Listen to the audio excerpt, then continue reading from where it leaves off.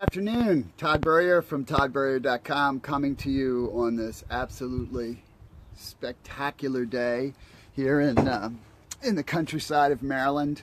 And today we're going to talk a little bit about 3 ways to manage your expectations of others. Actually, there's going to be 5 takeaways in this, but we're specifically talking about the 3 ways. You know, it's something that you just can't get around in your building your business. You know, if you think about it, you're certainly going to have to learn, right, how to deal with people saying no. And that's fine, right, because actually no's are good. No's are way better than a maybe and necessary in order to find the people that are going to join you. But the bigger challenge, I think, once you're starting to develop your business is learning how to manage the expectation you have of the people that you are involving, right? Because what happens early in your business, you're just excited that you sponsored someone, right? You're excited and they're seeing what you see and it feels great and you have this energy. And then if they do or don't do it, you're either crestfallen or you're jacked because they're working with you. But as you progress a little bit, you start to get really, really good at being able to see why someone else could be successful. You start to readily see their skills and their gifts and all the possibilities for them, and you understand why they need to do it. But need and want are a whole different animal, right? And then for whatever reason, they don't follow through, right? That happens to everybody, right? You don't sponsor 5 people and then they go sponsor 5 people. That sounds good and it's great geometry, but it's not really what happens here, right? You have to find people who make a commitment and are willing to go through their situation and are willing to learn, and then they go build their business. And so it's normal to get into a situation where you feel disappointed because someone that you really you felt high hopes about didn't end up taking the journey with you. So here's the first takeaway. The only way you can ever have disappointment is if you have expectation, right? So that's a truth, right? If you don't have expectation, you can't have disappointment. And so you have to learn to manage your expectations. You see, you're on a journey, right? You're on a journey to build your business and accomplish your goals and do the things that matter for you and your family and your legacy and your life. And you're committed to it. That's why you're showing up at trainings on my site. That's why you're going to company events. That's why you're picking up the phone every day. That's why you're doing what you have to do, because that's what it's all about, right? Taking action consistently is how you build a business. You're on your journey, but you have to think about the fact that the people that get involved with you, they're on their journey, right? And they're only going to be a part of your journey as long as it serves their journey. And for some people, their journey changes, right? Or their journey ends, right? In other words, they may get what they want from the work, right? They may get what they want from the community, and that their journey ends. And, you know, part of the issue here in networking, and let's just be real about this, is we hope people's journey never ends, because if we sponsor someone and they take massive action, it makes our journey easier, right? So how can we not want that? But that's not the basis for which you build a long-term business. You build a long-term business on the basis of actually understanding that it's your consistent work over time that is going to move you to success. And you have to recognize that, you know, most people in all things are only in life for a season, right? I mean, that's true of friendships. It's true of love relationships. It's true of, any endeavor that you do, different phases of your life that you've been in. You've had people that have been in and out of your life because they were in seasons and you were walking similar journeys in some capacity. And so that's going to be the case in this business as well. And so you have to be conscious of serving others every step of the way, but they have the option, right? They have the option to end their journey, right? So here's the second takeaway. Believe in everyone. Believe in everyone. And invest in them and share with them and serve them from that level of belief. But don't expect anything from anyone but yourself, right? You lead by example in that regard in doing what you do, right? If you live up to your own expectations, trust me, you're going to be just fine. But don't place expectations on others. Bottom line is if you work the process enough, you're going to find the right people. You are. That is not that's not a hypothesis, right? That's just a fact, because it's just simply a function of finding enough people to find the right people. And everybody could be the right people, so it doesn't make someone the wrong person. It just tends to make that person not the right person at this time. And that's another thing to remember. Okay, so just realize that people are going to be a part of your journey. There are going to be some people that will stay with you for the whole season, right? For as long as you are building your business, and all the way to whatever you deem the finish line. Although there's, in my perspective, there's not really a finish line in this business, right? There might be a time when, you know, you've built a large, successful business, and then you're to the point where you're not working as much, right? You're enjoying the fruits of your labor. That's part of why we build this kind of business. You know, I for one have spent many years doing more enjoyment of the fruit, and I'm newly inspired to make a major difference in the world, because I think it's important. I think that this industry is so good. We need voices that come from heart and teach people the right way, and that's why I'm doing what I'm doing.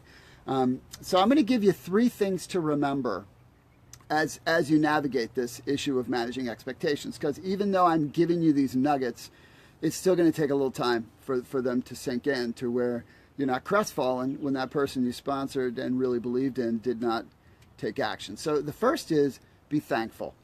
Be thankful that person was any part of your journey.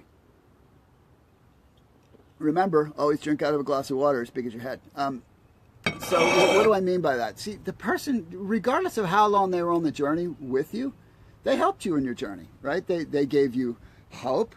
They were a new breath of fresh air. They helped you to reach another level in some capacity. It might even have been a small jump, but it didn't matter. They played a role in that. And you had the opportunity to be with them and to have a relationship and work together. They helped you. They helped make you better. Right? Everybody that you work with in some way, if you allow it, will help make you better. And so you want to operate from a grateful spirit, a thankful spirit that they were any part of your journey at all. And then the second thing is, be respectful of their choice, right? See, it's their life, right? That's the bottom line. It's their life, not my life, not your life. It's their life. And so it's not our place to tell anyone what we think they should or should not do, right? We might not agree with their choices, but it's not our place to tell them that they should do something differently, right? That's not our capacity. Our capacity is to serve people in their efforts and in their work and help them accomplish what they're trying to accomplish. But if they choose to do something else, we just need to respect that, and then that way we maintain the positive level of that relationship, which matters, which definitely matters. And then I'll come back to that in just a second. And then the third thing is, you accept it and move on, right? You accept it, right? Because you can't change it. You can't change other people, right? I can't change anybody, and you can't change anybody. We can change ourselves, right? We can be a model for change, but we can't change someone else. We can be a catalyst. We can be a supporter. We can be an encourager. We can be a teacher, but we're not actually going to change them. They are the ones that must change, right? That they must act on changing. So you have to learn to accept it and move on. And the power to learning how to manage these expectations is, when you treat people like this, they never forget it, right? They never forget it. And I this is something that I have got very good at over my career. And it allows people to always feel welcome, because you know what? They might come back to journey with you later. They won't if you didn't respect their choice, if you didn't treat them gratefully, if you didn't accept it, right? If you pushed them and pressured them and pounded on them and told them that they were making a bad move. At that point, you've basically damaged their belief in you as someone who cares about them, because they're operating on what they think, right? And what they believe. And you coming from that place, it alienates them, right? And alienating people is not a great way to build a business. And so the other thing that happens is, they will always speak favorably of you and your opportunity. And that is not a small thing, because the way you really build this is, you start locally, right? You start locally, you build in your community, you build a community in your community, essentially. And you want to make sure that everybody who is touched by your community has a great experience, whether they participate in your business or participate in your products or service or not. And whether they participate long run or not. You want them to be able to say, yes, I was involved with that group. I ended up doing something different, but man, that's a great group of people. And if you're looking for a home to grow something, or you want to be involved with a great community, I highly recommend it, right? You want those to be the words that come out of their mouth, because if you think about the people you touch, you're not just touching one person. You're touching hundreds, if not thousands of people when you touch one, because that is how many people they're connected to. And so if you treat them well, regardless of their decision to take your journey, or to be on your journey for a little while, or to be on your journey for a long time, or to not be on your journey at all, they're going to speak well about how you interacted with them. So those tips, be thankful, be respectful of their choice, and be accepting of their choice, will serve you very well, and they will save you a lot of angst, because then they will allow you to just continue to move, right? Because there always is what I call a second funnel.